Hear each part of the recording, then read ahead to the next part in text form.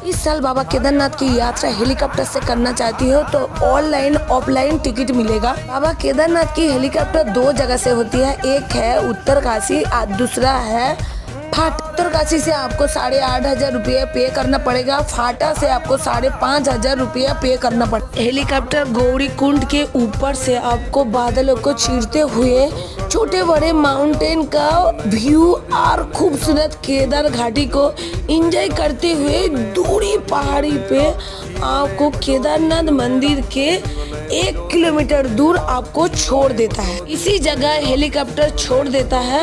अब बाबा केदारनाथ का दर्शन करने के बाद इसी जगह से आपको उठा के ले जाएगा।